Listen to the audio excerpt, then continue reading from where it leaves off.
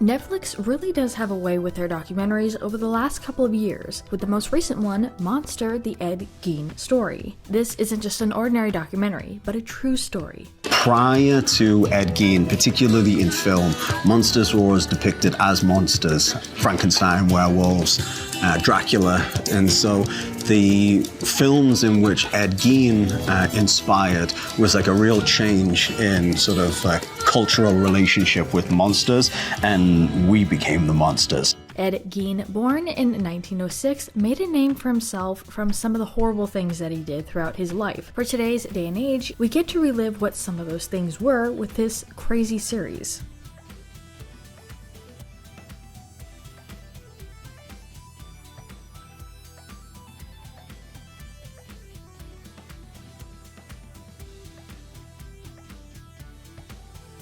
Today we're going to take you behind the scenes at what went down and how the main cast portrayed these real-life people. Story, and he was so passionate about storytelling and the creative process, and so we just started talking about Ed, and it was like watching a 2-hour documentary where you can learn a lot about a character in 2 hours listening to Ryan talk. But before we get into more of these moments, today's trivia question: Charlie Hunnam portrays this version of Ed in the drama series. What was his first film role back in the 1990s? Leave your guesses in the comments down below and stick around till the end of the video to find out if your answer was correct.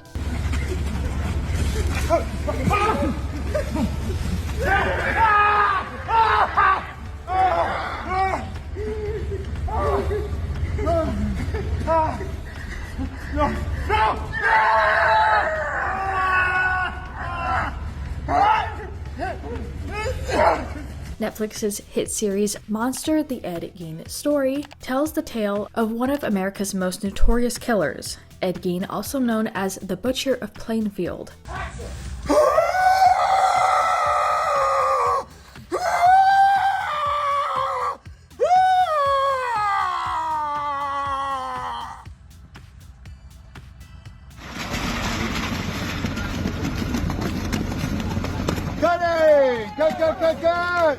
The true story behind his actions are anything but family friendly, as you might have guessed from watching the series. But in my opinion, the fact that everyone could keep a straight face while filming some of these scenes is insane.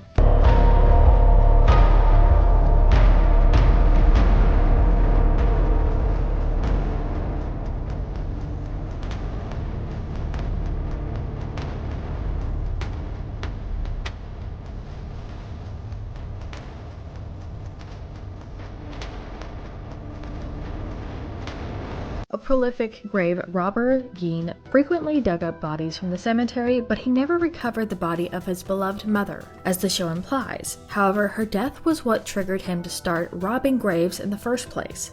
Well, there are no videos of Ed. There is one tape that's very obscure that was never released because Ed never stood trial for his crimes because he was deemed medically unfit.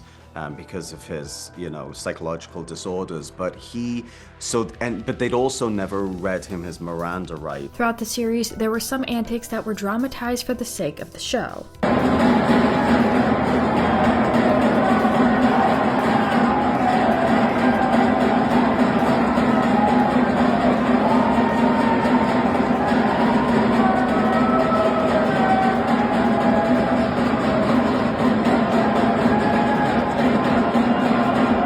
As I share my excitement for this series, I want to mention we are currently doing a giveaway. Share what you were most excited for with this project, and the best comment will win a $25 Fandango gift card where you can purchase a full movie with added bonus features. Comment down below and one winner will be chosen.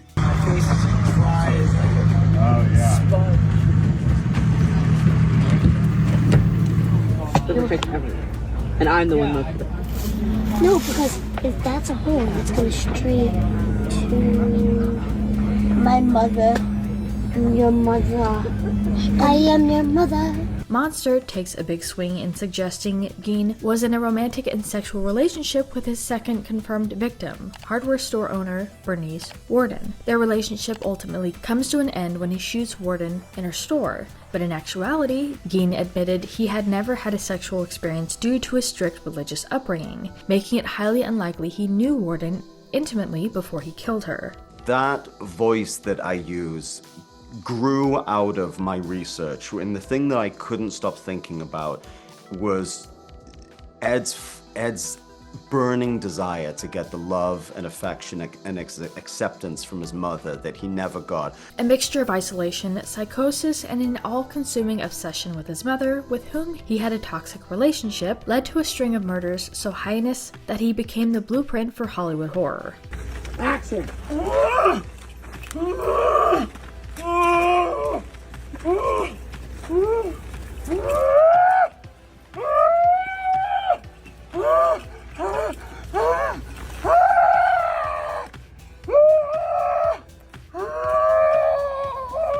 Charlie Hunnam went all in while preparing to portray serial killer Ed. He underwent a drastic physical transformation, shedding nearly 30 pounds in 3 weeks to match his malnourished-looking frame. Hunnam also listened to Gein's high-pitched voice in a rare recording to perfect his vocal pattern and tone.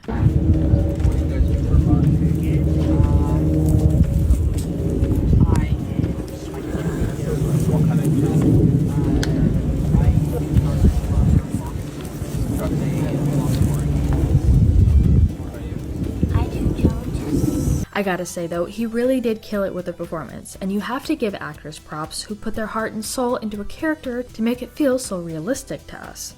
That was fun. You win the pop pie contest. I like your shoes.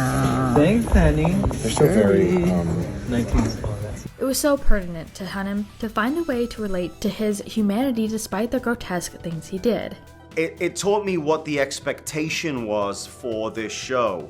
And then my reaction was wanting to subvert that expectation and not really necessarily deliver on who we thought Ed was, from the inspiration that he'd had and the way he'd previously been portrayed in pop culture. Hunnam, who also served as an executive producer on the series, told how important it was to find the human being inside of him and not solely focus on his monstrous behavior. Really what surprised me was just kind of what a tragic figure he was. You know, I mean, he endured a lot and he did a lot of terrible things, but sort of as a consequence to his own suffering. And the thing that was obviously, I mean, it's not as surprising because we all know that Psycho was based on him, but the relationship with his mother is the thing that I focused on the most. There was an enormous amount of trepidation and fear initially, Hunnam admitted, and then it was just trying to understand him, trying not to judge him, trying to find the truth and find the man behind the monster.